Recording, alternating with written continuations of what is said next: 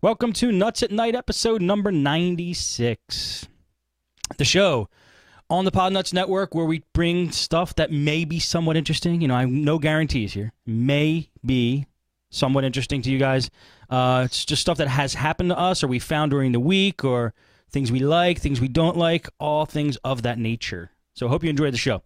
Let me introduce the hosts of the show for this week, starting with Steve D'Amico from StephenD'Amico.com. What's up? Hey. What's going on with you?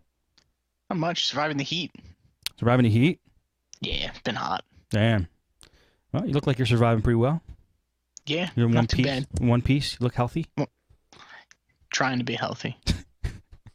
But I keep eating potato chips. Yeah, you got me on them. I bought a bag of kettle. What are they called? Kettle chips? You mean these? They didn't have them. They didn't have them, but it was just sea salt. Oh. Damn, well, dude, they were you gotta damn get good. the ones with the pepper in there. Yeah, I will. I will next time.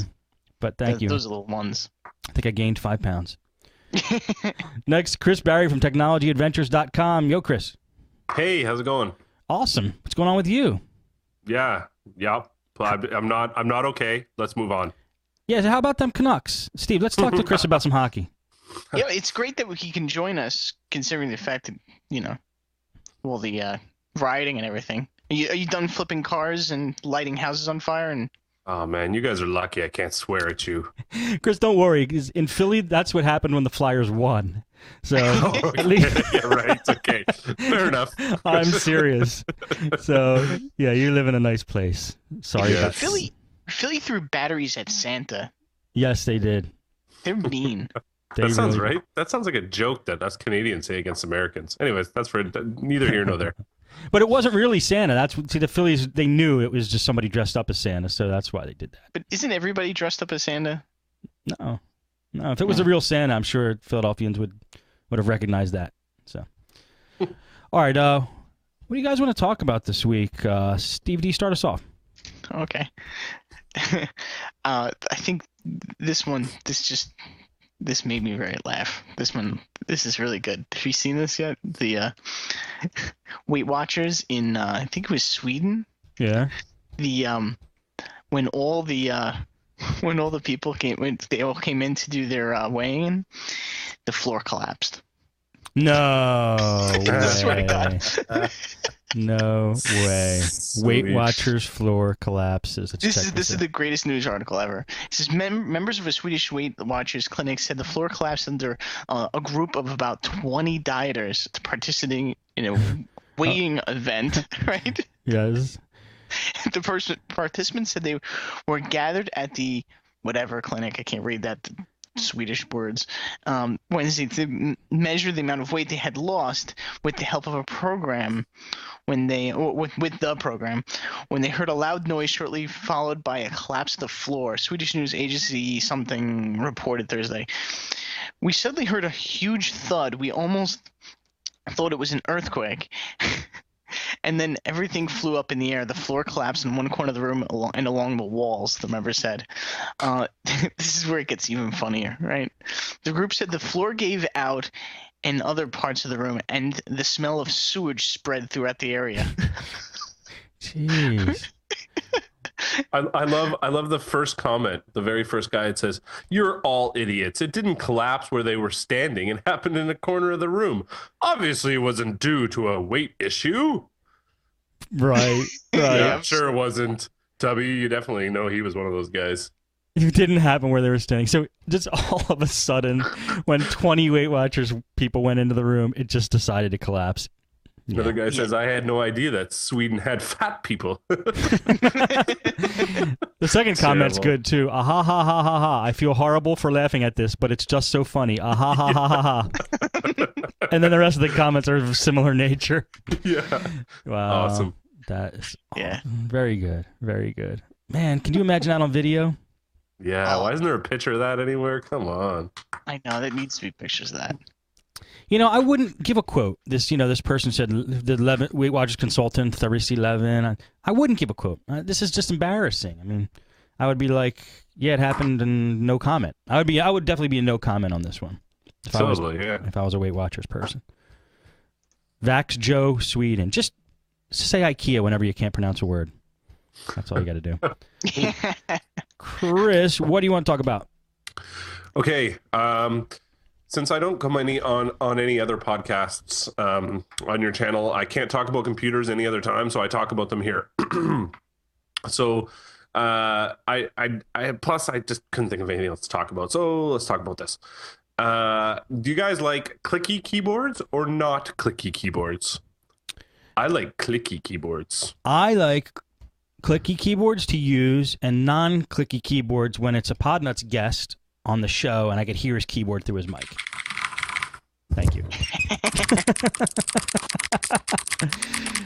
Thank you. What was that? I couldn't hear you over my keyboard. Is it genuine clicky? Yeah, it's genuine. I mean, it's not like a 1984 IBM, but it's a DOS keyboard. Oh, and I just like it. I don't know. I don't like the soft ones. I feel like I can't type as fast. I like to hear myself go, you know? Yeah. You know what? On the other extreme, though, is those Mac keyboards. The one, I'm using one. The chiclet, like... I like those. They're like the ones that are on the laptops, but it's just a slab. I really like them, too. But where's your point? I can't remember. There's no point. I got nothing. This is just, that's my topic. That you, what, clacky keyboards, really? Yep, clicky keyboards. Clicky keyboards. I like selling them. They're worth a lot. They're if you find them out there in the world, they're worth about $100 a piece on eBay. Yeah, you mean like a real good, solid clicky keyboard, right? Yeah, if you find the genuine clicky keyboards with little springs in them and everything. Right. Yeah, and they're just indestructible. I mean, I heard they can take gunfire, and they are. They're solid. When you lift them up, they're heavy. Why I was sort of bringing it up too is I listen to the podcast all day in my car, and I find it extremely. I love clicky keyboards, but I find it extremely irritating when I hear a guest talking, and then in the background the click click click click click. That's what I'm saying. That's what I'm saying. Exactly. Yeah, I hear it on your show, and I hear it not as much on Leo's, but definitely on some Podnutz. It's always a Podnutz daily because we're the geeks, right? We all have the clicky keyboards. I know. So, and if any guys listening to the show that has been on Podnutz Daily, and they hear clicks in the background, he's talking about you. Just so you know. Timster's too nice to say anything, so I'm here to give you all hell.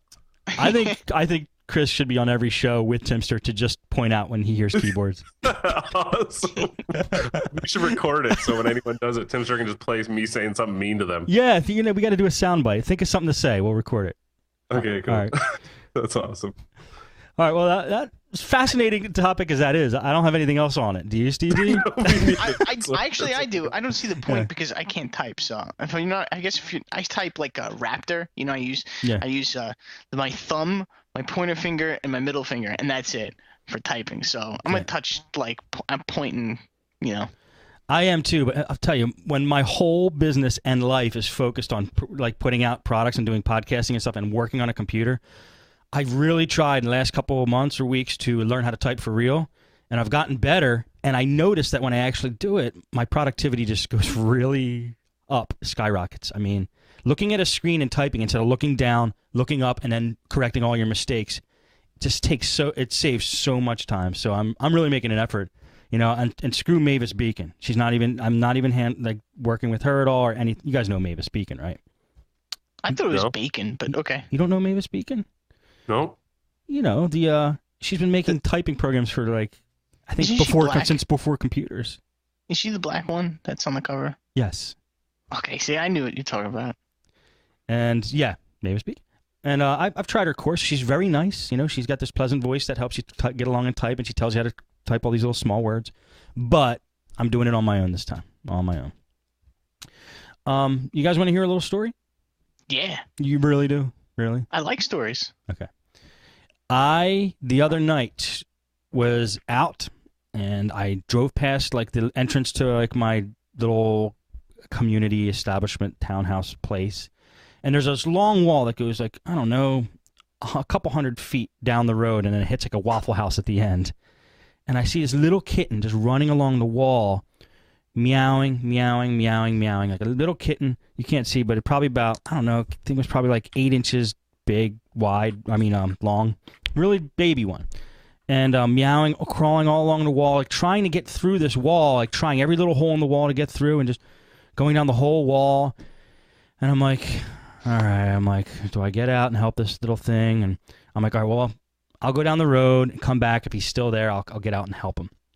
So I go down the road. I come back. He's still there. So I go park my car. I get out and I go to try to help this kitten. Now, I know that in my area, there was a group of kittens that were just born a couple weeks ago. The mother had them, and they live in a sewer drain, like right on my street. And because you always see them like coming out and like looking out of the sewer drain, or the mother was sitting on top of the sewer drain protecting them and everything. And so I know that this group of kittens lived there, and that this little kitten looked like about same size, same color, and it seemed like it was part of that family that got way lost, because where this little kitten was running against the wall was nowhere close to where the kittens. I see. I talk about cats. My cat just jumps up.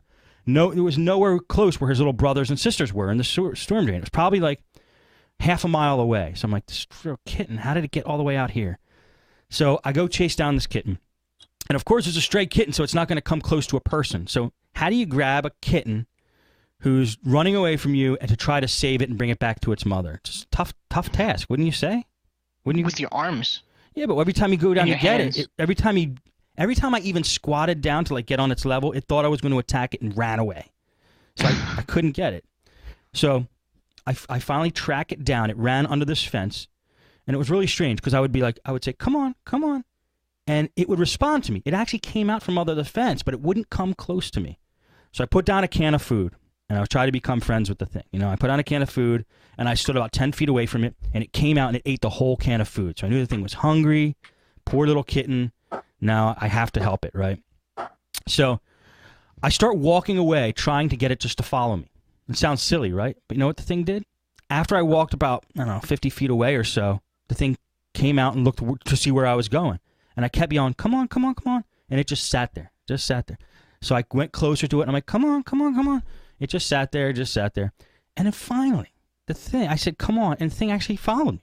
It ran towards me and came about 10 feet away from me and stopped. So I just kept walking down the street, and I figured I would just lead it to its mother. So the more I walked, the closer this thing got to me, to the point where every time I took a step, the thing was at my feet. Now, my sneakers are black and white, and so is its mother, so I really thought that this thing thought my sneakers was its mother, because it was rolling all around my sneakers, and it was trying to, I think it wanted milk from my sneakers. But so I walked like a half a mile with this thing just basically wrapped around my foot. I couldn't take a step without this thing getting under my foot, so it took me like an hour to walk this kitten back to its mother. I finally get the kitten back to where the mother is. And I see one of the kitten's brothers and sisters, the ones I thought it was related to, and they looked much older than this kitten. So I think I misjudged and basically led this kitten away from wherever it was, probably close to its mother, to a completely wrong family of older kittens. So I actually put it in more danger. I took this little baby kitten who just wanted its mother and basically led it away from its mother for about a half a mile. Now, what do you I tried to do a good deed. It was 2 o'clock in the morning when this happened, mind you. I'm the only person on the street. It's pitch black. And I'm standing there knowing that I just led this kitten away from its mother. What do you do? Wouldn't that make you feel horrible? Yeah. Chris, how about you? Would that make you feel horrible? I would like to talk about my keyboard some more. Anyway, to make a long story short, the kitten ran away once it knew that I was done leading it somewhere, and it didn't find its mother. It went 2 storm drains down, and guess what? His whole family was there. And he met up with his brothers and sisters, and they were playing, and I felt extreme relief. So what I thought was going to be tragic turned out to be super happy ending. So Dude, this sounds like a movie. Yeah, it's a true story. I mean, it happened. I felt so good when it actually, because you get on this high. You're like, I'm helping the kitten, and you get to the end, and then you have this horrible tragedy, like no mother for the kitten. Your kitten's going to die now probably overnight because it's away from its mother. And then all of a sudden, that totally reverses, and it's a super happy ending. So, felt pretty good about myself there, and helped the kitten in the process, making this world a better place. I would have stolen the kitten, brought him home. I was thinking about it. I really was, but I didn't want to have another cat. And a lot of these kittens, man, Did you ever see them playing? These stray cats playing with their brothers and sisters. They're happy as hell. They love being free. They love doing whatever. Happy and hungry. I don't know, man. I think there's enough food around. You don't think? No. They seem happy to me. I don't know. They need food. They do. They do. But kittens they're hunters. Or cats are hunters. They're wild. They like to be out hunting things, I believe. I don't know. Yeah, I had a cat, and when I brought him in, he was not happy as when he was out. I mean, he was happy inside, but not quite the same. They love it. That's why they bring you little treats, you know? They bring you like little mouse heads and good little things for them, even in the cities. They definitely, I think, of all the pets, they're the ones that want to be out the most. I agree. I feel that way about my cat. I often feel bad that I have her inside because she always just seems like she wants to get out and hunt. So my cats catch mice, like really just wear catch those them. Black sneakers, and you don't have to feel bad. You can feel like it's mama.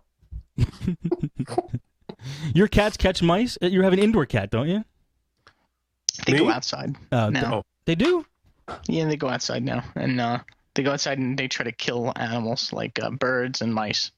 Damn. And they're catching a lot of mice. I didn't realize we had so much mice in our backyard, but there are mice back there. Really? Because they're finding them. You're not worried your cat's going to get hurt or killed or anything like that? I mean, no. The area's not too bad. We're surrounded. We're not surrounded, but we're surrounded almost three sides with woods. So they kind of and it's on a dead end now. So they kind of. Oh, that's good. And they come back when you call them, or what? I have one cat that does. Well, not when she's outside. When she's outside, then I can just basically go screw, according to her. But inside, she comes running every time I kind of call her. Yeah. Like a dog. It's really weird. It's very strange. Cats are not supposed to do that, but this one does. Yeah. Some cats do. She missed that day in class, I'm assuming. All right, dude. What do you want to talk about, Steve D? Ooh. Here, 9 confessions of a former Geek Squad geek by The Consumerist. Oh, yeah. I heard about this. Did not read it, but I heard about this. It's great. What is, you got the link? Yeah. Link me. There it is. And the reason why I linked the dig portion of it as well is because there's like a very popular dig comment that's like almost the same. It's like a different version of the article, and it's pretty good too. He basically talks about his experiences being as part of the Geek Squad, but I don't know. I mean, it's really kind of like who knows whether he's telling the truth or not. I mean, I believe The Consumerist better, so I think we should read that instead. Which one's more entertaining? The Consumerist, I think, is a little more easier to read. All right. Where's The Consumerist? Sorry, where is that one? Yeah, I don't think it's. Is it a link? Where's the link? Oh, it's actually the title of the link. I got you. Okay. Here's the regular link for everybody. 9 confessions of a former Geek Squad geek. Is there highlights, or should we just read it straight out?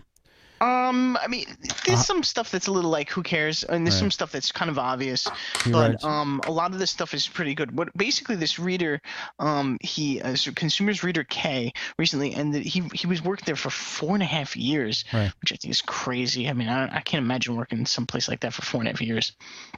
And he says that he said that his time there was generally a positive experience. But he did feel that there's a bunch of things that the public should know about, and it's really, I mean, in general, it really points out a lot of the upselling that they do. They really kind of more concerned with selling services and selling hardware than repairing, and that the Geek Squad geeks actually at the store, they don't repair anything. You know, everything is everything is done. If you can't fix it by replacing memory in a hard drive, then you're not doing it. You're sending the repairs out, which is kind of like. Yeah, I did read some of this, and it was interesting that he said a high percentage of Geek Squad employees lack basic troubleshooting skills, such as correctly identifying malfunctioning components. This stems from inadequate and outdated training materials, such as the Best Buy Learning Lounge.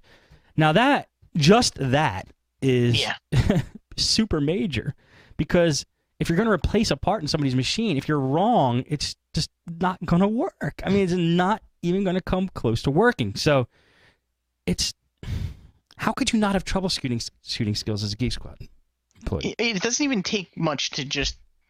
I mean, even if you don't have completely zero troubleshooting skills, that's what they made flowcharts for phone techs. Right. You know. Right.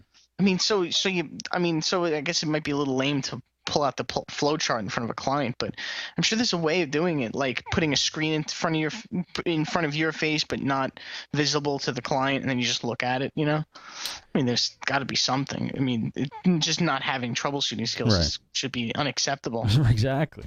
Well, what they should have is have like, two really good techs that are good troubleshooters that troubleshoot everything but don't fix it. So go, okay, and this is the problems of hard drive and RAM.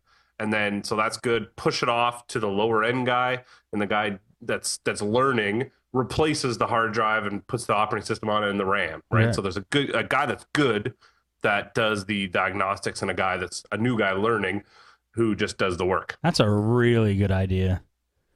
Yeah, that's good. It says. Go ahead. They don't do operating system installs. They just do restore disks, which I think is that's not in here, but it's something I know. Yeah. I've heard quite a few times from my clients that they said they go in there and they got a blown hard drive, and they're told that it's going to take 2 to 3 weeks just to get the restore disks in. Right. Really? Wow, hardcore. I love when they tell you. I heard them tell people that these are the salesmen.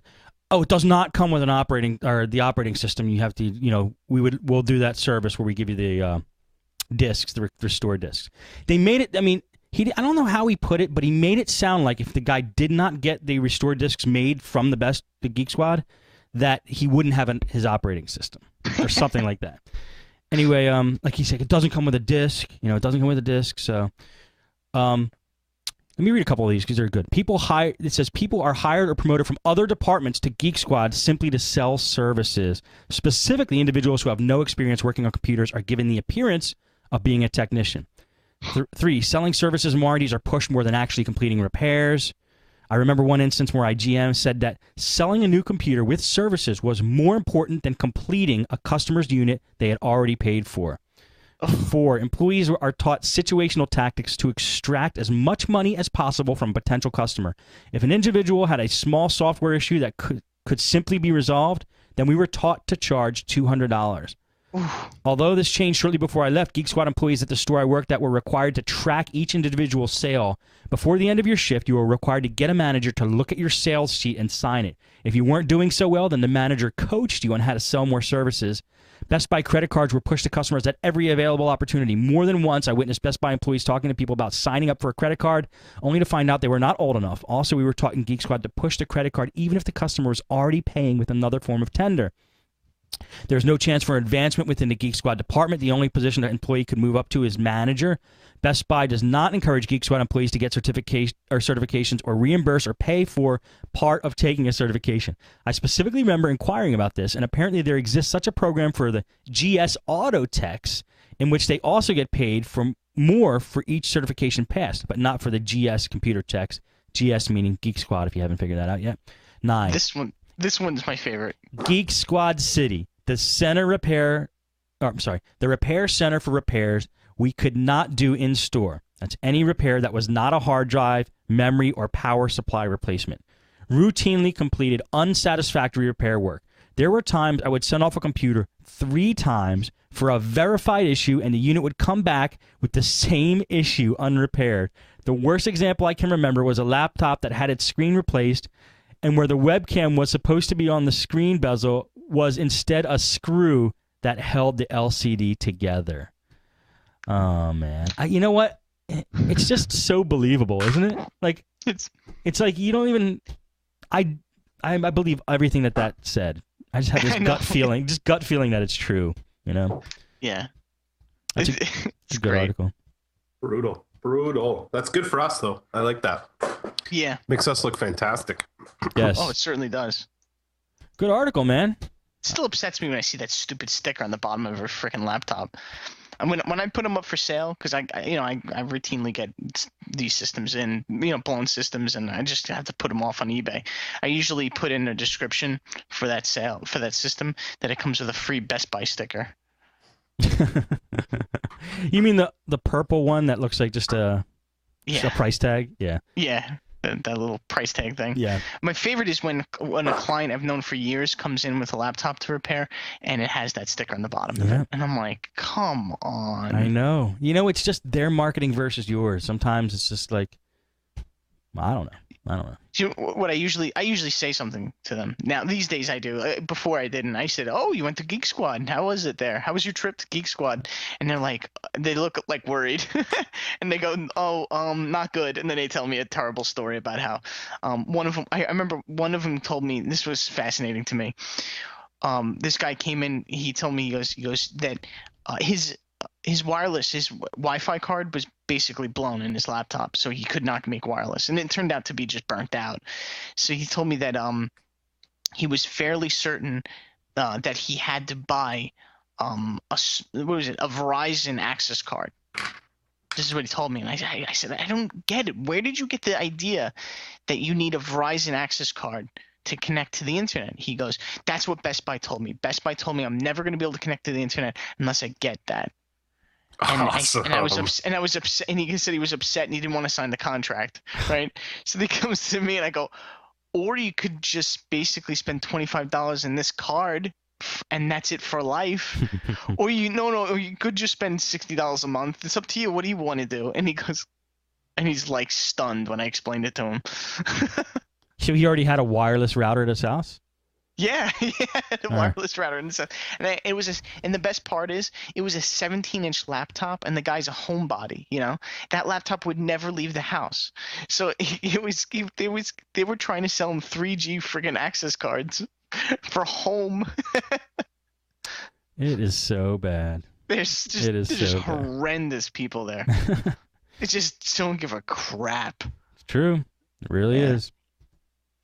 You know, also the thing about, geeks and salesman geeks, Best Buy geeks, they're usually young kids. You know what I mean? Yeah. I mean, in other fields, I don't know, maybe like people are older, more experienced, but these are young kids being taught from people who they are looking up to and being mentored to just do these really wrong things, and it's that kind of burns me up too, a little bit. Well, it's all these incentive programs. They push all these. They have all these ways in their organization to push and to incent, make like managers or have different incentive things to, or they have little contests and things like that to promote sales. Right. And it's I got to tell you, that's normal. I've been in a lot of sales jobs. I've never, ever been in one that didn't have incentives and bonuses and benefits for the more sales you make, the more upsells you do, the more you get, right? That's just that. Yeah. That's every sales job on the planet. So that's not Best Buy's problem. I mean, I would do that to my employees. I would tell them they'd get a $5 spiff for a spiff is like, every time they'd sell Kaspersky, they'd get $5 extra. Hey, there's nothing wrong with that. No, I don't think there's anything wrong with that either. As long as the product is good and you believe in it, and there is something, but there is something wrong. I'll tell you where it does go wrong when it's not a sellable situation. Like, for instance, a Wi-Fi card doesn't work. It's not an opportunity. When your Wi-Fi doesn't work on a laptop, it's not your opportunity to sell 3G freaking cards. Right. Agreed. That's where that all goes wrong. Right. Although you're absolutely right, but that's where it goes wrong in those types of situations. Agreed. Yeah. Cool. Great article. Chris, back to you. Okay, I'll tell a story too then. So, is it going to be as riveting as mine? Mine was better. Riveting. Did it have anything to do with exactly flipping the same, cop but it's got to do with hamsters. Okay, no. Hamsters? Okay, so no, I was kidding. No hamsters. I hate hamsters. They're just glorified excited. rats. Okay, so this lady calls me the other day. And she's like, oh, I have a virus on my computer. And I'm like, okay, no problem. I can help you out. She goes, great. How much is it? And I do my normal. It's a free estimate. Each virus is different. I never know how long it's going to take me. So let me come out there and I'll give you an estimate, yada, yada, yada. Okay, well, I just so you know, I have lots of sensitive data on my computer. I'm like, okay, yeah, I'm pretty cautious. If you want, we'll do a backup. And she's like, no, I don't want you to look at it. I'm like, okay, well, I'll try my best. If you make sure that anything you don't want me to see is, in your My Documents folder, and I'll try not to, I don't dig through people's documents. So we should be okay. And she goes, okay, well, it's very sensitive. She goes, it's the field I'm in. I can't have you doing it. Do you have any like certifications? I'm like, no. She's like, okay, well, do you have anything? I'm like, yes, I'm part of the Better Business Bureau. She's like, okay, that'll do. Great. I'm like, okay, good. I got something. So I get there. Sure, she's actually a really nice lady, but to me, this is just nuts. So she's really terrified about losing data, about people snooping on her, about there's someone on her computer. Do they know her banking information? And so I go, oh, can I use your Wi-Fi? And she goes, sure. Guess what? Her Wi-Fi is wide open. Really? Yeah, I'm like, really? She's like, oh yeah, I thought I should do something about that. She goes, but I wasn't really too concerned. So great. I love that. I love that. Really? You're not too concerned, but you're so concerned about me? And she's like, oh, is this a big deal? I'm like, oh my God, this is terrible. You should have been like, I'm just going to go out in your driveway and do the job from out there. Yeah, totally. So it's just funny how people say that. And I had another lady today, sort of a similar thing. I don't know about you guys, but when you had customers say, "Oh, I'm infected," a hacker got me. He's in there. I can tell he's watching what I'm doing. These people think that the hacker was like after actually you, like, right. This hacker, there isn't a guy in his basement going after you, Jane Smith. He's not like, oh, there she is. Right. Click, click, click, click, click, Right. click on his clicky keyboard going after her, right? No, that's not what happens. These people are like, oh, they're in there. They're watching me. I can tell. And you're like, oh, you can't tell anything. You don't even know where you are. What to open up Internet Explorer? What? I don't know what that is. You don't really don't know anything, right? And it's funny how I guess it's the media that's done this to people and made them so turned around about security, because security is so important, and I agree, it's very, very important. But people are just so turned around about it. They don't know what's truth and what's not. And those are just two stories that made me sort of giggle today and yesterday. Yes. I think also, man, people really, some people, they really think like that they are so important that somebody is targeting them. You know what I mean? Like they really, their whole universe revolves around themselves, and they think people are after them personally. And I've seen that. And it's just different personalities, I guess. I refer to it as the last man on Earth syndrome. Right. It's like they wander the Earth, like they're the last person on Earth. Yes. They drive as slow as they want. They'll literally stop short in the middle of a road and then put their blinker on and then turn. Those people. Yes. It doesn't matter that there's a trail of cars behind them. It has nothing to do with anything. I hate that. Or people or people that are in the mall and they're in the middle of the crossroads of the entire mall, and they just stop right in the center of everything, and then just with three other friends, and they just talk for like a half an hour. That's true. And everybody's just trying to get around them, and there's just literally this sea of people just parting to get around them, but they're just like, and they just have no concern or care about anything else in the world other than what the hell they're doing. Okay. That was one of my don't likes on this show. That was when the guy with someone in a grocery store or a mall. Yeah. And they just stop and go, well, I'm going to think about something for a minute. Or, look at their grocery list in the middle of the aisle, and you're like trying to get past them, and you're like, oh man, what the, get out of my way. And they don't even care that they don't, like you said, last man on Earth. I love it. Yes. Yeah, that's my way of thinking of it. Grocery stores are the worst because, you usually have a cart, which is a big thing that literally takes up half the aisle. So if two people are like that, you're screwed. It's a blockage. Yeah, if there's an old person involved, you're done. You just might as well sit there for 5 minutes because you're not going anywhere fast. You know what you do? Did you ever do this? Just take a running start and jump into their cart. No, I've never done it. I never have either, but that seemed like a real fun. I throw my daughter in their cart. See what happens. That's like a Kiefer Sutherland type of approach. You remember when he did that to the Christmas tree? Oh yeah. He just decided to just leap from like something and just land into a Christmas tree. I guess he was all hammered drunk. Which was often. I think he broke some bones doing that, didn't he? I don't know. It's a ritual. They have it like all this freaking webcam footage of him just tackling Christmas trees. Yeah. There's something just so hilarious about tackling Christmas trees. Yes. Yes, I like that. There is, definitely. I'll tell you when you have problems on the road, like where people are blocking you up and you want to get past them. I'll give you a solution for that. You guys want to see it? You probably won't be able to see it on a delay. Like a car, you mean? Like yeah, in your car? yeah. Okay. Anybody has seen?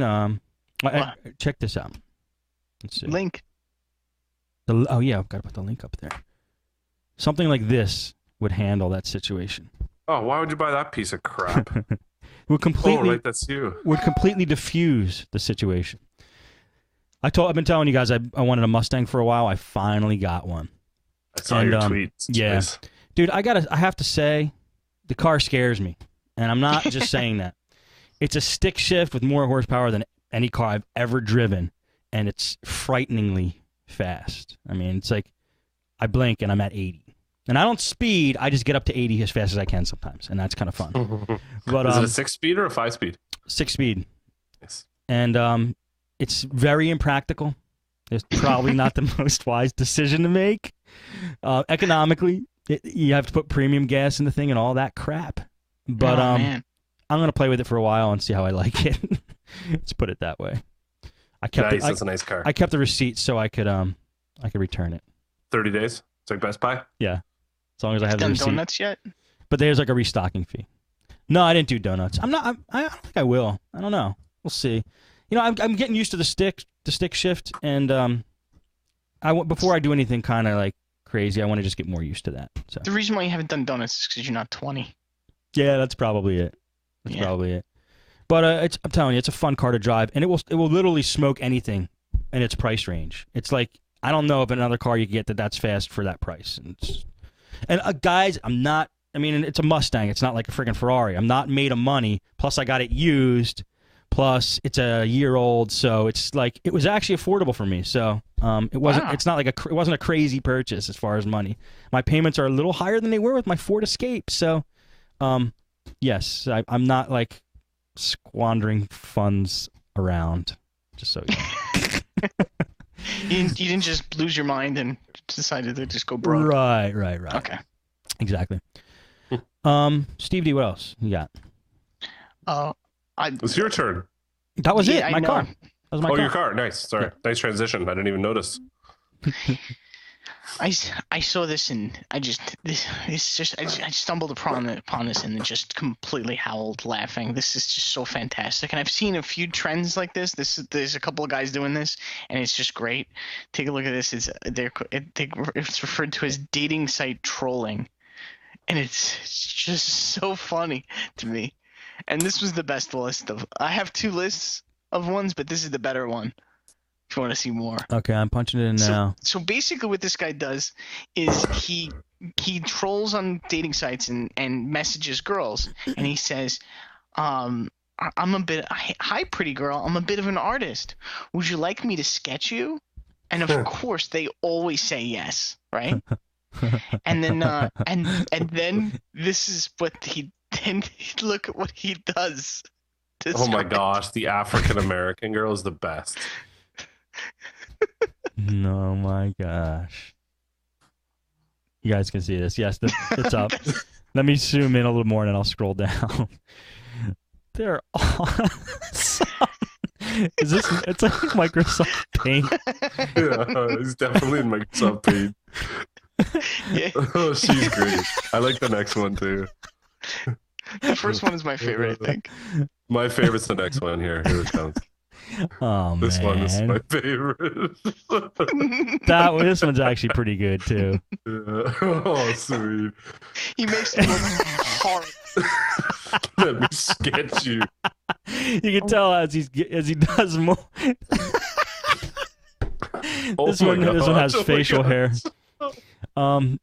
As he does more and more, you can tell he's getting more creative. Yeah, a little better, to be honest. Oh my god, look at that one. He put facial hair on that one. Yeah, that one he put facial hair on. Awesome. Now, does he post like the responses from them? Let's see. Oh, no, I would love to hear the responses from these girls. I'm sure they're not happy. Does it say that, hey, perfection? If you want more, I have more. Here's some more. It says, hey, perfection. You have beautiful eyes. I'm an art student and couldn't pass up the chance to draw you, beauty. Let me know what you think. I love it. Those are my favorite. My There's computer's my computer's doing that thing again where I can't copy the link. I don't know what it is. Failpix. Failpix.net. It's a clickable link, if that matters. Yeah, I use Synergy to bring it to another computer. Let me just pull up the Podnutz, the Justin TV chat in this computer. Give me a sec. Talk amongst yourselves. Sing a song. Oh, he's got do more. Something. Yeah, I'm gonna pull them up now. Yeah, there's more. It's fantastic. I mean, these ones aren't as good, but they're pretty good. Okay, here we go. Oh, that one poor girl. He's got the reds. It's like blood around. Oh God. And for anybody who doesn't know, it's BuzzFeed.com. Just do a search for dating site troll. You will see them. Some dude was throwing plenty of fish. All right, here we go. Here's a couple more. That's pretty awesome. Oh man, I love it. These ones aren't that bad. It's another facial hair one. Yeah, the next one. Check out the next one. This one's terrible. Oh. Looks no. I bet he has some of his friends do these too. It doesn't look like all the same. It's so mean. Oh, that's so funny. That one's terrible. Looks like a South Park character. Very good. Very good stuff. Oh, you can tell he uses a Mac, at least. Oh, that's wicked. That? Awesome. Awesome. Good link, Steve. Chris, what else you got? Go ahead. Go ahead. Sorry, Steve. Go ahead. What were you going to say? This made my day when I saw it. Go ahead, Chris. Yeah, 2 is all I got. Number 2? What about it? No, that's it. I got nothing else. What do you like about number 2? I got something for you then. Have you been using unhide.exe? Yes, but it doesn't work every time. Really? Ooh, Yeah. do tell. Yeah, I had one. I went back for the second time today. I cannot get all his files unhid. What are you using? Unhide.exe. It's like a new little tool. What it does is it unhides a lot of the user's data in different places. New viruses lately have been going out and hiding the user's data and saying your computer's infected, pay us money because all your data's gone, but it's just hid, and this program unhides it all. But I had one, and I've been back. I was there the second time, and so all his data came back, but everything in the start menu was gone, and it won't come back no matter what I do. I did it in safe mode, I did it manually, I did everything, it just wouldn't come back. But anyways, yeah, unhide.exe sounds fantastic. I'll tell you what else is fantastic. In case you guys haven't heard, Fab's Auto Backup 4 for technicians was recently released and has... This is an ad, by the way, guys. Advertisement. Cool. Fab's Auto Backup 4 for technicians was recently released and has breakthrough improvements I even wrote this. I can't even read it. Over the already amazing Fab's Auto Backup previous versions. Fab's Auto Backup is, if you guys don't know, is a program for PC technicians who need to back up customers' data and transfer it to new machines or installations. The new version is mostly designed for professionals like computer repair shops, and here's the key, who need to back up data for several users' accounts at once, or to save data from unbootable computers. That's the cool thing about this version of Fab's. You don't have to go into each account and save their documents, save their Outlook Express, save all that crap, the browser stuff. It does it all from one account. All the information that you used to manually go in and get and save and back up and transfer, this does it all automatically. Podnutz guys are going crazy about this program. You could check it out. If you want to support Podnutz, use the Podnutz link to check out Fabs. It's real easy. Podnutz.com/Fabs. F-A-B-S. Podnutz.com/Fabs. I know that you guys have used it. Anything to say about it? It's like the Night of backing up. It's just unbelievable. I love it. Yeah. He should charge $500 because I would have paid for it. Seriously, it'll save me guys, so Chris, much time and money. He's not saying it on this episode. I heard him say it on the last Nutz At Night post show before I even made the ad. So I know that these guys use it. It's amazing. It saves so much time. I can't even believe it. I should be getting paid for this myself. It is fantastic. It really is. It's just, it makes perfect sense. If anybody's not using it, I don't know what to tell you. Thank you. Yeah, you're silly. It's literally, if you're using Night, which is completely unrelated, it's like that kind of awesome. I think it's kind of better because you know what? One of my favorite parts is that it backs up the profiles for all the browsers. So so when you restore it, when you do the restore with it, it resumes, like, it puts back the profile for all the browsers, so their saved passwords and all the favorites and all that other stuff. Isn't it like, you know, because the main thing you try to do when you fix somebody's computer, especially if you have to do a reinstall, is try to make it look as close as you can to their old computer. Isn't this the closest thing that you found that could actually make it look like you didn't do a reinstall and have all their crap there already? I'm not just saying this. It's Yeah. funny that you said it. I'm not just saying this, but I have to actually specifically like hammer it down for my clients, because it backs up and then restores the wallpaper, and it confuses them because they see all their icons are back on their desktop the way it was, and they see their wallpaper and they just automatically assume that it was not a reinstall. Right. I untick the box that says backup wallpaper. Honestly, I'm not kidding. I untick the box that says backup wallpaper. So they think you did something? Yes, because I'm so afraid that they're going to go, this guy didn't even do anything. Everything's back exactly the way it was. That's awesome. I don't do that, but I think they get a little kick out of it when they see the background, so I keep it. Yeah. But that's it. Yeah, that's an interesting thing to do. Cool. Well, thank you for your guys' input on that. It's a cool program. It's awesome. All right, let's go. I'm out of stuff too, to be honest. So let's go back to Steve D, who comes fully loaded. Well, actually, I wanted to talk about not Night. I wanted to talk about unhide.exe because it actually solved a pretty big problem I had. I had a really nightmarish issue with a guy who came in. In short, what happened was this client calls me up and he has a sheet of paper just filled with all sorts of scribbling, all these technical issues he's having with his laptop and all these horrible problems. And really, it all centered around one program after I got the laptop.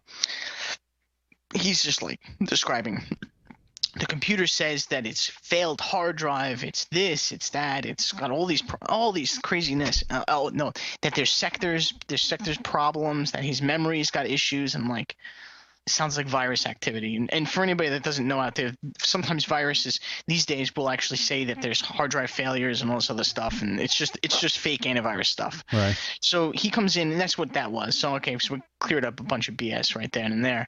He did a system restore on the system though, so I didn't really know that, and he omitted that part out naturally. So when I get the system, I look at it and I go, this thing this doesn't have viruses on it. I did all these long scans, I mean, everything that everybody does out there, and I just couldn't find anything. I was like, what the hell is going on with this? So I'm looking for all those programs, everything's loading, everything's working, and I'm just like, I don't know. So I updated the system, cleaned it up a little bit, I turned off some crap, and then I just called him up and said, I think it's ready to go, you're gonna have to come in and check it out. So it comes in, he's for an insurance company, and his very specific, very unusual insurance program won't load. He's like, it's ridiculous. Every other computer I have, this thing loads, installs, no problem every time. So I'm like, okay. And I tried everything, reinstall the program, update the program. I tried administrator. I tried 50 different things. And we were there for about like an hour and a half, just banging our heads, just trying to get this thing to go. And he's assisting and everything. And turns out I missed one little minor detail. The fact that he truly was infected, and I didn't really fully put two and two together. Right. And he had data in his My Documents folder. He had data on his desktop. But what happened was he had his data hidden during the infection. And of course, the system restore did not fix that. So then I'm like, oh, his data's hidden. And he actually mentioned, he goes, oh, yeah, and there was these couple of these folders with nothing in them. But he never said, I'm missing massive amounts of data. He never said that. Right. So I'm like, oh. And then he tipped me off. I went, unhide.exe. So I just loaded it up, I mean, just kind of on a whim, and I hit it and let it go, and naturally it fixed everything. Really? All of a sudden, all his folders, boom, appear on his desktop. All sorts of new My Documents all fill up. All these pictures of his kids and everything, just all of a sudden it's just appearing. And I go, oh, you didn't tell me you're missing all that. And he goes, oh yeah, well yeah, but it was more important to get this program to load, and I was just like, ugh.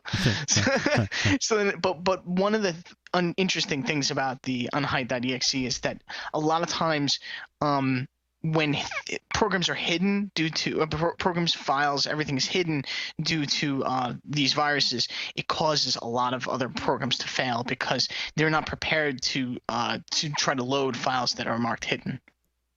So unhide.exe fixed his program that he couldn't get to load, which was like a deal killer. And I was prepared to do a format reinstall on this thing, and it totally did not need it. I was literally preparing. I was going through all the list of the programs he has, and I was just writing them all down, ready to just kind of just spend like 2 hours just banging this thing out. And I'd already done SP1 on this thing with Windows 7. Yeah. But so moral of the story is sometimes unhide.exe actually fixes a lot more than you think. No kidding. Yeah. Good stuff, man. Another thing that you should bring to Podnutz Daily. When are you going to go on the show? Maybe when there's an opening, like in what? When is it? Next April? No, it's coming up on some openings fast. You and Chris, I see him in the chat room there wanting to do a show soon too. Yeah, I want to do one soon. Yeah. Very good. Hey, I did get an email. Why don't we play this? It's a video from Jeff. Jeff says, "Here's something for Nutz at Night," and this I thought was pretty damn awesome. It's a YouTube video, and I will go to youtube.com to play it right now. Well, you can play it right from inside your email? Yeah, actually, YouTube does play from inside emails, but I like going to the site for the show. But, yeah, Gmail on the browser is still my favorite. All right, here we go. It's a 1-minute video, and I will narrate for those of you listening on audio. This is going to be sweet. Yeah. We got here a crane, and it looks like they're installing a pool in the backyard of this guy's house with a freaking, looks like a hot tub built in, or it's like a modular pool, though. The crane is like taking it over the house. It's heading towards the backyard right now. And it's just nice, slow procedure, and they're starting to lower the pool down now. Looks like they're getting it right in the spot. Oh, shit! Basically, Oh my gosh. the crane is sitting on top of sitting on top of the house. You all basically. right? God damn it! Is everybody okay? Yep. I think that's the driver who's just freaking out of the crane. He's real, or might be the house owner, really upset. Wouldn't you be? The whole, I mean, there's smoke coming out of the garage of just not fire smoke, just like crushed cinder smoke coming out of the garage from when the crane just landed on top of the house. It was just poor execution all the way around. Yeah, oh, poor rich guy's pool crashed to his house. I know. I was thinking that same Anybody exact thing. else? I know. I'm having a hard time feeling bad for him. That was what I was going to say before you said it. No, it's not something. It's not really something you feel bad for. It's just something to marvel at and go, Yeah. all right, somebody was a dumbass here. Wonder who it was. That That guy's so many definitely crane fired. accidents. Yeah. I mean, that's major house damage. I hope that nobody was in that friggin' house, obviously, but it didn't seem like they said everybody was okay between all the cursing they did. So, let's do what do you like, Chris? You have a couple. What do you like, or what do you like, and what don't you like, right? Yes. All right, we'll do Chris, Steve D, and I'll go last. What do you like, Chris? Okay, so this was at first a don't like, and then it's totally switched to a like. Yeah. Was my ThinkPad. Every time it would go to sleep and I'd wake it up, would get these weird bars down the screen, like 4 or 5 bars that looked like a fuzzy snow in them, like on a TV, you know, like when you get the fuzzy gray snow. And every time, and I'd have to go refresh my desktop, and it would go away. Really? Yeah, and I couldn't figure it out. I posted on forums. It's been like 2 weeks trying to fart around. So, you know, it's mine, and it's pretty simple. So nuke and pay, right? No big deal. So I don't have the original discs because, you know, as a good technician, I didn't back up my computer when I first got it with the, you know, TV with, you know, the proper backup way you do through the ThinkPad software. So I just put on another copy of Windows that I had, and I went, well, how am I going to do this? And they have a utility called Software Update. You download this one piece of software, you run it, and it goes and it checks your model number, and it goes to the Lenovo website, and it lets you choose all the drivers and all the software you want, and you put a tick beside it, and then you go install, and 4 minutes later, all the drivers are installed for everything, and you're done. Wow. And I just thought that was the coolest piece of software for reformatting a laptop that I'd ever seen.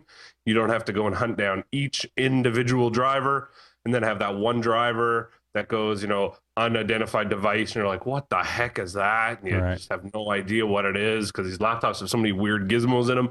And it's just working beautifully. And it was a grand total because it's on an SSD that I installed Windows 7. So the whole thing before software was installed, obviously, but Windows 7 and all drivers took a grand total of about 35 minutes. And that's just fantastic. Wow. So I really like that. That's really awesome. That's a good like. Good thing to like. Cool. Steve D, what do you like? I like getting surprised by clients. It's a lot of fun. In a good way, or you mean like they bring you a birthday cake, like? No, like I had a client come in and he came in and he goes, you know what? He goes, I have these computers and I don't want them anymore. I'm like, really? I'm like, well, we're talking about. I'm picturing in my mind Pentium like 3s. Pentium 3s, compact Presario desktops, with smoke damage. I'm just picturing just pure garbage. Right. So I'm like, oh, okay. And then I'm like, that's what I'm picturing. He goes, no, there's about 4 of them. Should I bring them by? I'm like, oh, yeah, of course. He goes, okay, I'm going to leave. I'll be back in a few minutes. So I'm like, this guy's never coming back. I'll never see him again. Him and his Pentium 2s, right? He comes back with P4 hyper-threaded four systems, all in great shape with missing hard drives. That's all it was. Really? What, Dells? Dells, yeah, some really nice Dells. Dell desktop? He goes, they're not really worth fixing because he goes, I don't really want them fixed. He goes, I just like to buy new. I get them for about like $80. And what's your repair on that? I'm like, well, it's about $120. And he goes, and I'm probably gonna need hard drives. He goes, it's for $200. I could literally save $100 and go buy elsewhere. So here, just take these. And just hands them 4 of them off to me. Wow. One of them had a good hard drive in it too. Really? And they were all working, all of them, all 4 of them. That's sweet. What are you gonna sell them for? 120, 150, 200? 250 a piece, with brand new 500 gig hard drives and a fresh install. Sweet. That is pretty damn sweet. That's and a also Gino. yeah, if I could sell them. Then and then I had another client that comes in and he hands me a Dell Inspiron 1525, which is kind of popular right now. And he hands me this thing and he goes, are they very popular right? You mean they're popular for repairs right now? Yeah. Okay, I got you. And so he hands it to me and he goes, yeah, this and that. Screen's a little messed up and everything, so he wants me to fix it. So I diagnosed it, bad screen. And he goes, and then I'm like, you know what? Before you go, let me just, I tell him, I'm gonna replace the screen. I'll clean up the system a little bit, check it out, and make sure it's like, all in working order for the same price. And he's like, okay, cool. And so I'm like, you know what? Let me check it on external monitor real quick for you. And I hook it up to the external monitor, and it's a Hackintosh. Really? Yes. Awesome. It's the very first time I've seen a Hackintosh in my office. I'm like, whoa. I'm like, and like, what? I'm like, what? I didn't know what to say. I'm just looking at a Hackintosh. I go, it's a Hackintosh. And he goes, oh, yeah, my friend did that for me. I was just like, that's the coolest thing I've ever had in this office. I was like that. So I like it when clients actually like break my monotony of bad hard drives and disappointments. I know what you mean. Yes. Good stuff. Thanks. First of all, I hate door dings you get on your door, and especially with a new, like for cars, and especially with a new car, I don't want to get any. So I actually spent the money for these things, which I don't know if I like, but it's a pretty good idea. It's called door shocks. Have you guys seen these yet? It's like, this could happen to you, a door ding, and then you put these ugly ass black things with magnets on the back that are like spongy on your door. Now, I'm actually probably not going to use these at like parking lots and stuff, but my neighbors have 2 little kids, and I suspect on my old car that a couple of the dings on my car were caused by them. So when I park in my spot and there's only one car that parks next to me, and it's always theirs, these babies are going on the side of my car. So it's not like I'm going to be... I think if I went to a parking lot and put these on, I think people would purposely smash my car. But I would. Yeah. I know, Chris. Yeah, it's kind of like the thing falling on that rich guy's house. Yeah. But in my parking spot, and here's what I'm actually going to do. I'm going, once I get these and I put them on, I'm going next door. I'm going to knock on their door and I'm going to be like, look, I'm not trying to be like a dick about this. Or I might use different language. I said, I'm not trying to be like a jerk about this, but just in case. I mean, I know your kids are good about the doors and everything. Just in case, I'm just throw these up. You guys don't mind, do you? Like, and I just try not to insult them. You know what I mean? If I didn't say anything, I think they might get insulted. So, but door shocks. Way too freaking. They're supposed. They have them, yeah. What? They have them for garages as well. Sorry. They yeah, I've seen them for garages. Sometimes in the garages they have almost like an inflatable raft that comes down next to your car. But I got to tell you, I have a tiny garage, and when I pull my car into it, and I open up the door, it scrapes against my plastic garbage can. And for a couple of months, I was like, plastic, whatever. Then I look close, and there's scratches on my door, right. Exactly where it hits the garbage can. So, right. Who's laughing now? Maybe I should have bought some damn door shocks. they sell. I don't know if it's door shocks, but they sell these things for garages. You mount them on your wall, so when you open your wall, you open your door, you don't smash your wall, or your garage. But there is a couple different there's not too many. I thought there would be more. I mean, who likes dings? But there's only a couple companies that make stuff like this. These are like the best ones I could find. So, because these won't also scratch your car when you mount them. But it's door shocks with an X. If anybody is as douchey as me and wants to buy them. All right, Chris, back to you for what don't you like?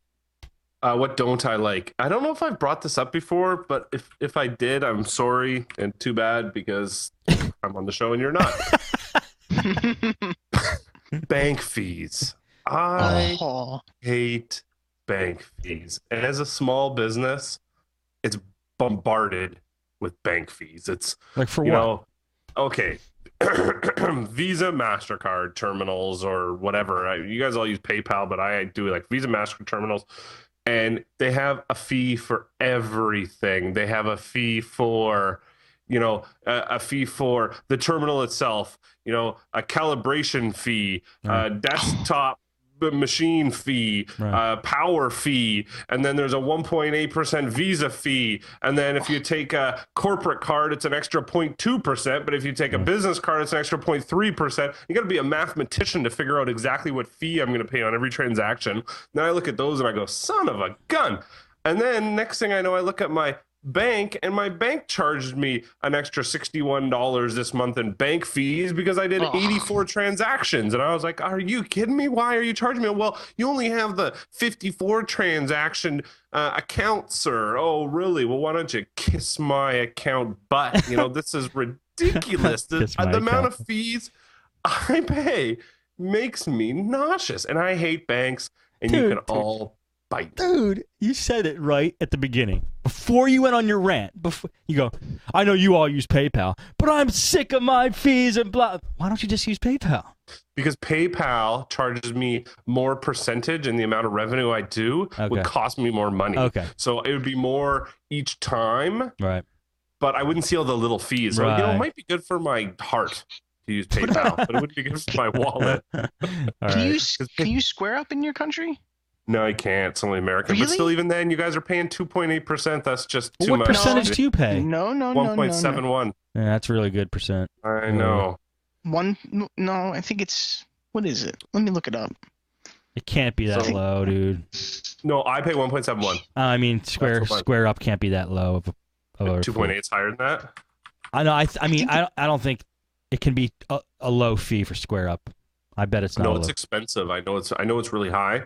And I'm not bragging, but I do a decent amount of revenue through my Visa MasterCard, and the dollars, when I looked at it, it was just too high because I was going to stop. I called them when I'm done with you guys. They're not full of dollars.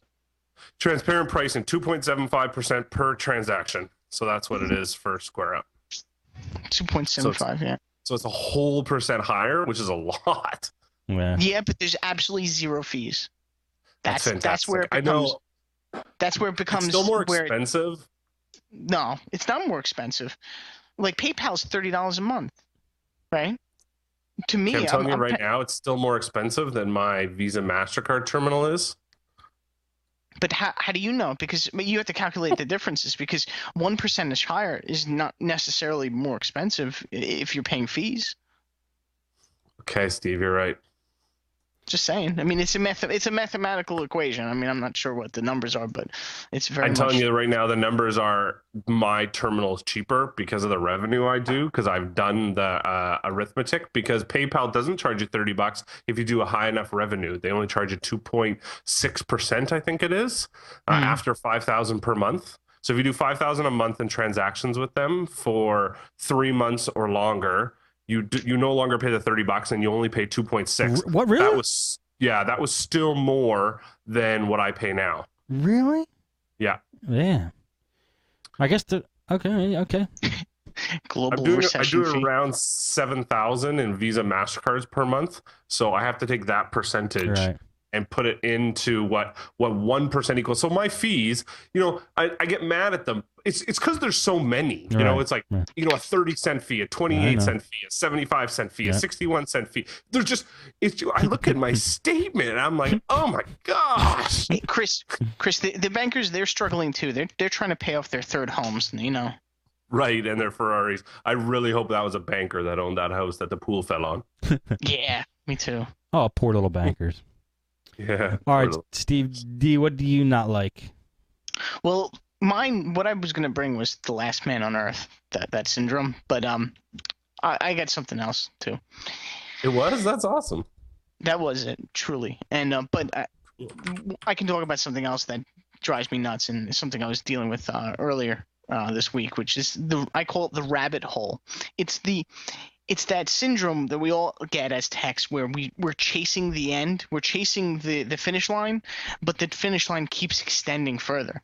And what we think it's like a mirage. We think it's like within reach. We think we could just reach out and touch it. We think it's like going to be in 10 minutes. Like, oh, we're almost done. I just got to do this one last thing, and then this will work. And no. You're in hour number 4. And then there's we don't know it, but there's another computer 5 hours repair. left. Yes. Yeah, man. When you're just chasing that end. That just drives you nuts. If there's one thing about the computer repair business that will make you insane, I think that's the biggest thing, what you're talking about right now. Yes. Chasing the dragon. Yeah. Right? Yes. Or going down the rabbit hole, as I like to say. Yep. At some point, you just got to just punch out. At some point, you just got to just – but you don't want to give up, because you're like, no, I will fix this. I'm going to make a stand. But you're also like, you know what? I'm going to go out of business and just fix this. Right. Exactly. At some point, you got to say that. Yeah. I know what you mean on that. Sometimes a format reinstall is not a repair. It's a business decision. You know Totally. what I mean? Totally. Yeah. and sometimes it will help your sanity. I clients like it. I feel defeated. I feel defeated. I could handle that. I felt pretty good about that. Giving up and doing the reinstall, I could handle it. I could have that, and I felt good about. I didn't get too caved in on that. But some people just have to fix it. They have to fix it.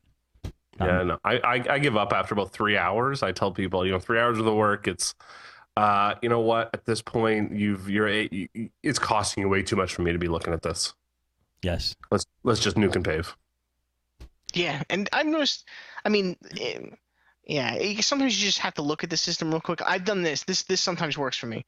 What I do is I look through the program list, and I just read it off to them and say, how do you feel about these programs? And I just read them off to you, and then I just read them off and I go, use it or don't use it. And they're just like, I don't even know what that is. And I'm like, okay, next. And then I read it off and they go, I don't. That's right. Greek. And then you realize that they're not using 98% of the installed programs, and what they are using is IE and iTunes, and you're just like, oh god, this whole time. No. And then when you do the format reinstall, the 47 Dell services that were originally loading on their system, or Toshiba, or Lenovo, or Acer, all right, enough, right? And then all that gone, and the system runs like it's finally free. Yeah. It's finally broken from the evil clutches of all the crap software that's installed.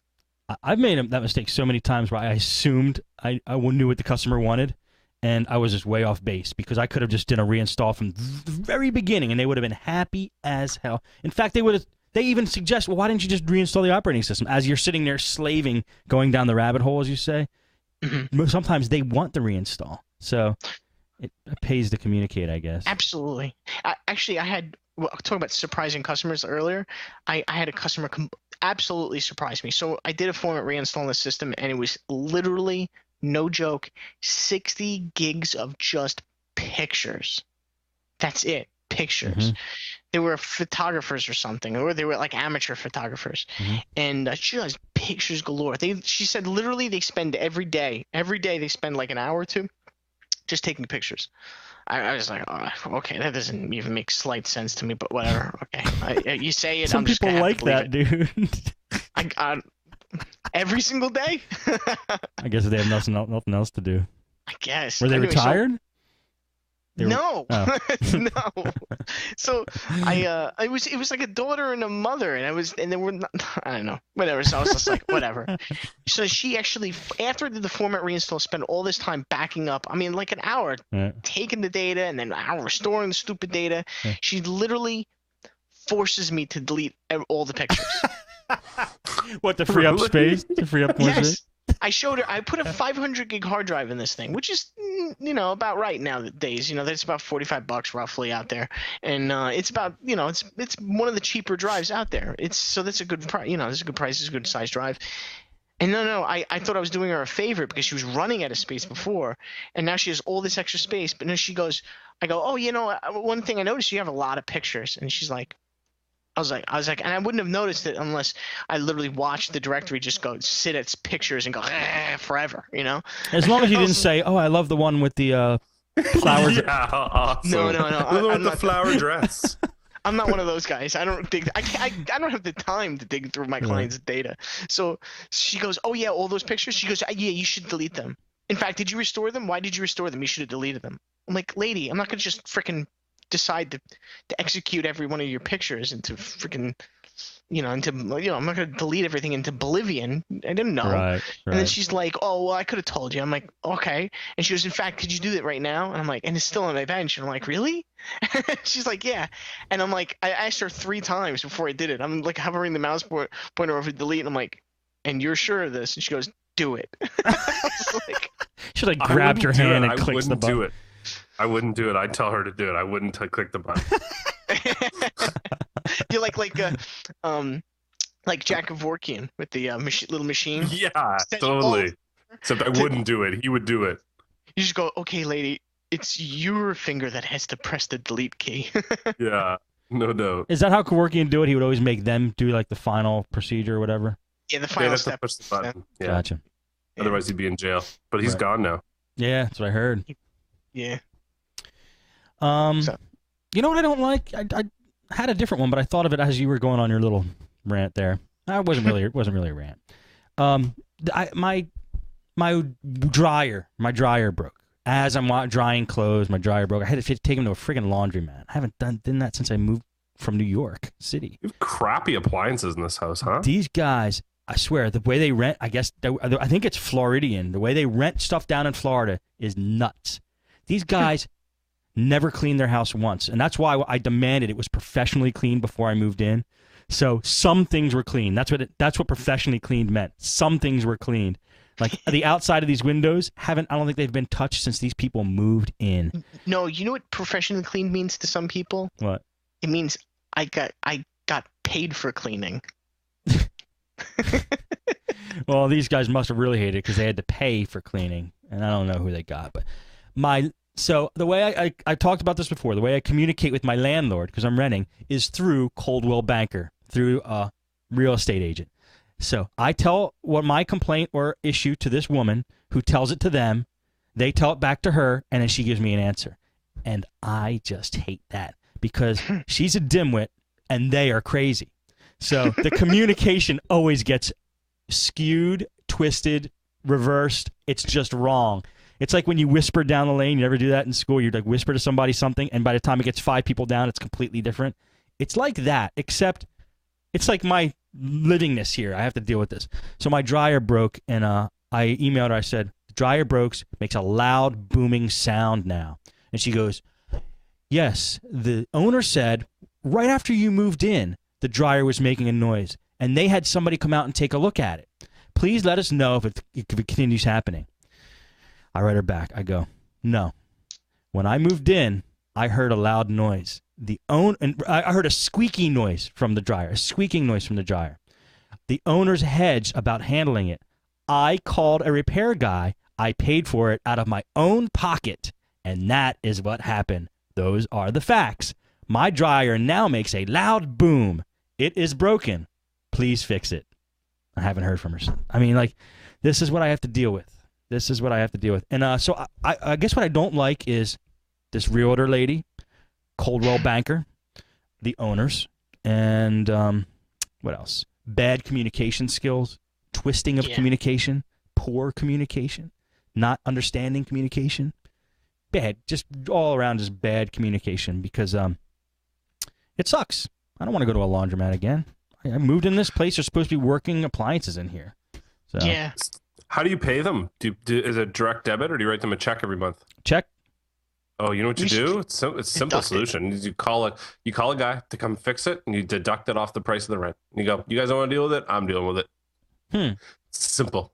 You know, I do have to give them a couple days. It's not like this really did happen just literally a couple days or so. They're probably going to get back to me, but if they don't, I will definitely do that. That's a great idea. But it's always a hassle, you know? Like, I got to talk to the dimwit again. What's she going to say to the owner? See, I don't know how she portrays me to the owner because I've gotten so mad at her for screwing up my communication that she might just think I'm a jerk and communicate that to the owner. There's so many unknowns and there's a whole mystery going on here that I don't know what's happening. It really pisses me off.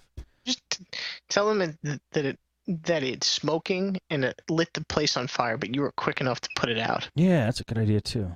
Just do it every one of my clients do. Just completely lie about the repair. No, I can't do that. I can't do that in good conscience. No. Just completely bold-faced, just lie. Yeah. I didn't do anything. It wasn't me. The computer just did this on its own. Right. Mm-hmm. The computer smashed itself. You know. I didn't even put my affected itself. I didn't even put my clothes in. I didn't even turn the dryer on. I didn't put any clothes in the dryer. But I came home one day and it was making a loud noise and my clothes were in it. Pretty sure it's haunted. All right. Anything else, guys, before we end off? Steve D, where can people find you? You can find me on Twitter, SMD Steve. Very good. Chris, how about you? Yeah, sure. Twitter, Tech Adventures. Awesome. Well, thank you guys, and thank everybody who tuned in to watch live, anybody who downloaded, anybody who listened or watched us, however you did it. We appreciate it as usual, and we'll see you again next week. That's it for Nutz at Night. See ya. See ya. Awesomeness. Let me save that. How come Steve D and me always fight a little? I don't know. What did you fight about? Because he was wrong about the because he was percentage. wrong. Because he was wrong. I didn't say a percentage. I like how Chris put that. Because we were arguing. No, he didn't say we were arguing about the percentage. Because you were wrong about the percentage. That's funny. Well, you're wrong about the. Now we're gonna get emails going. Why is Chris so mean to Steve? Yeah. That's why I do it, just for those. It won't happen. That only happened once. Yeah. I'm not gonna say who. I can't say who, but I literally had a phone call from somebody. Called me up and said, "I can't believe you let Chris talk to you like that. That's ridiculous." No way. It's nobody you know. It's nobody you know. So just put it that way. It's a listener. It's a listener that I talk to. That he's a repair tech and he's a listener and he does a lot of repairs and he has my number and we just talk every so often. He's like, I can't believe he just beat the crap out of you and you did nothing. I'm like, no, really? It's not like that.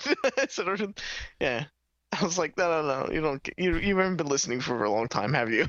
And he's like, well, no, actually I haven't. But I was like, oh, okay, well that's part of the problem. That might be a good show, just Chris versus Steve. You know? I'd win.